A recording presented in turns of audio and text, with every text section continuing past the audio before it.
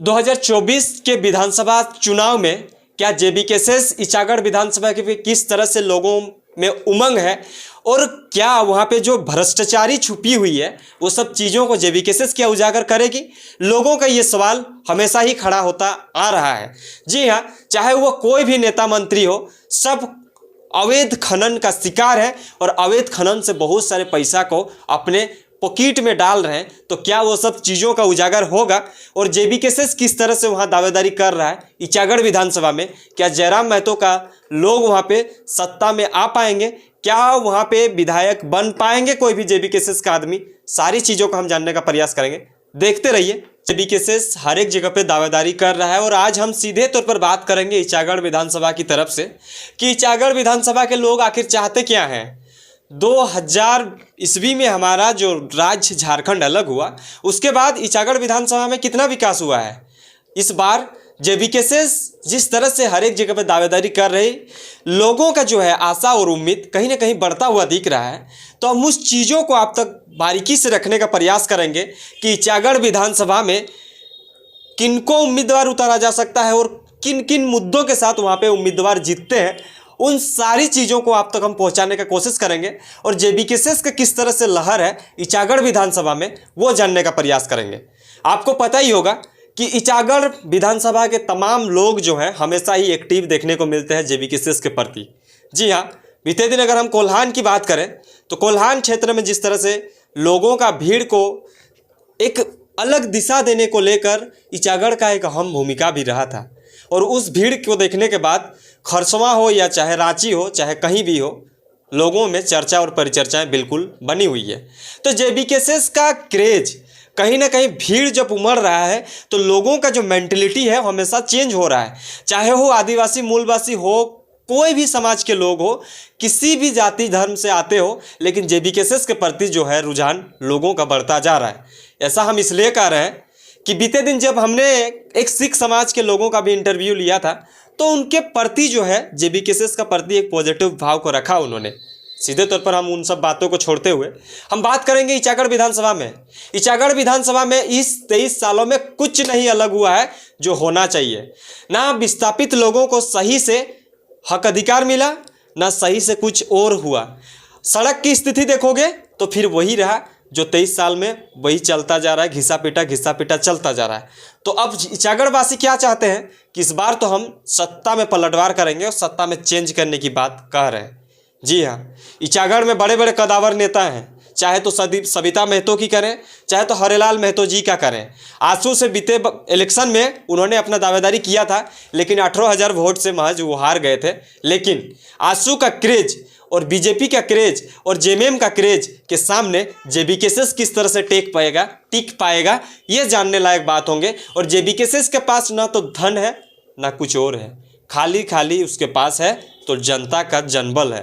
तो इन सब चीज़ों से क्या इलेक्शन जीता जा सकता है? क्या इन चीज़ों से लोगों को अपनी तरफ आकर्षित किया जा सकता है? क्या लोग जागरूक होंगे? आप क्या सोचते हैं ये भी हमें कमेंट्स करके बताइएगा। हाँ, एक चीज़ हम जानने का प्रयास करेंगे, ईचागढ़ में क्या बदला है। कुछ बदला है तो हमें ज़रूर आप कमेंट्स करके बताइएगा, क्योंकि मैं भी ईचागढ़ विधानसभा से ही आता हूँ।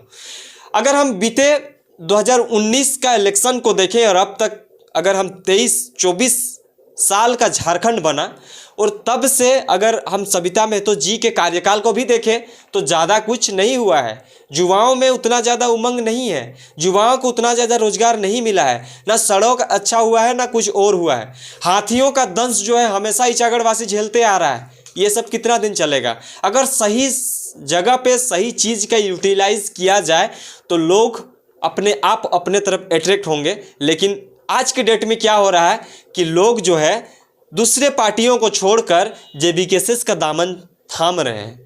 तो ये तो एक बदलाव की घड़ी ही कह सकते हैं।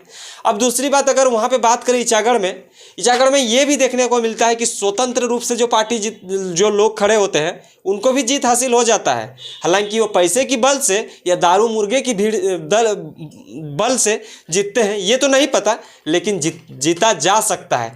ईचागढ़ में ऐसा कोई भी बैरियर नहीं है कि आप वहाँ पे जाके कोई भी जाके इलेक्शन लड़ सकता है, चाहे तो वो कहीं से भी हो, कहीं का भी हो, यूपी बिहार झारखंड बंगाल उड़ीसा कहीं का भी हो, आप वहाँ पे इलेक्शन लड़ा जा सकता है। तो अब की बार क्या हुआ है कि जयराम महतो जब से आंदोलन कर रहे हैं, जेबीकेएसएस जब से आंदोलन कर रहा है, लोगों में ये तो एक आस्था जुड़ा हुआ है, एक विश्वास जुड़ा हुआ है कि हम देखेंगे तो देखेंगे, इचागढ़ के बेटे को ही देखेंगे, झारखंडी बेटे को ही देखेंगे। आप क्या सोचते हैं ये भी कमेंट्स करके बताइएगा। जी हाँ, जेबीकेएसएस इचागढ़ विधानसभा में पुरजोर काम कर रही है और टाइम नहीं है, और टाइम नहीं होने के कारण लोग अपने अपने दल होते हुए भी उन लोग काम कर रहे हैं और इचागढ़ वासियों का इंसाफ दिलाने का काम कर रहे हैं। चाहे वो जमशेदपुर का वो बांध का मामला हो, चाहे इधर कहीं रोड सड़क, चाहे कहीं राशन कटौती का मामला हो, सब जगह पे जेबीकेएसएस का लहर के साथ साथ लोगों को जोड़ने का काम किया जा रहा है। तो आप भी सोच सकते हैं कि जेबीकेएसएस लोगों के प्रति एक आशा बन चुका है, एक उम्मीद बन चुका है।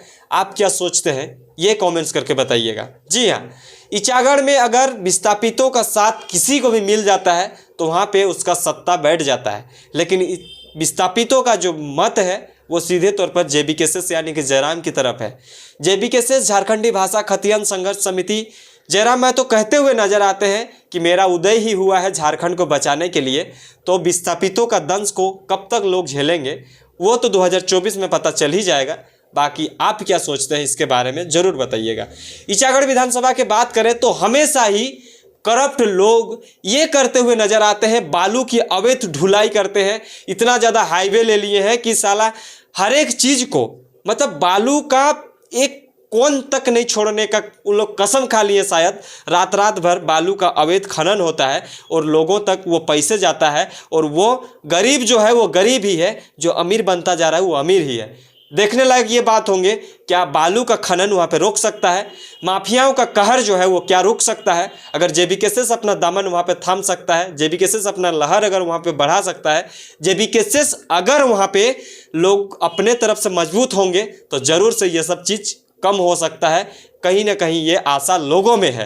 अब देखने लायक बात होंगे क्या कुछ होता है। जेबीकेएसएस का इचागढ़ विधानसभा में किस तरह से प्रमोटेशन होता है ये देखने लायक बात होंगे। 2024 में किस तरह से बातें निकल के आएगा ये देखने लायक बात होंगे। चलिए आगे बने रहिए, देखते रहिए। जोहार, नमस्कार। और जेबीकेएसएस का अभी जितने लोग वहाँ पे काम कर रहे हैं सब अपने स्तर से काम कर रहे हैं, तो ये भी एक होना पड़ेगा। नहीं तो जेबीकेएसएस का जो है लोग अलग अलग अगर काम करेंगे तो वहाँ पे कोई पॉजिटिव बात निकल के नहीं आएगा। तो इचागढ़ वासी से मेरा यही एक विनम्र निवेदन रहेगा कि आप लोग भी एक साथ होकर काम करिए, काहे कि लोग जो है बाहरियों का हावी अगर होगा तो जेबीकेएसएस वहाँ पे उतना ज़्यादा वर्चस्व नहीं खड़ा कर पाएगा। हालांकि ये लोगों का कहना है, जितने भी लोग कहते हैं ये सारे चीज़ बातें निकल के आती है। और कैंडिडेट की बात करें तो ये सब चीज़ ऑफिशियल कुछ भी बात नहीं है। अब वो उस टाइम देखा जाएगा कि कौन होंगे कौन नहीं होंगे। आगे के लिए बने रहे हमारे साथ, देखते रहिए। जोहार, नमस्कार।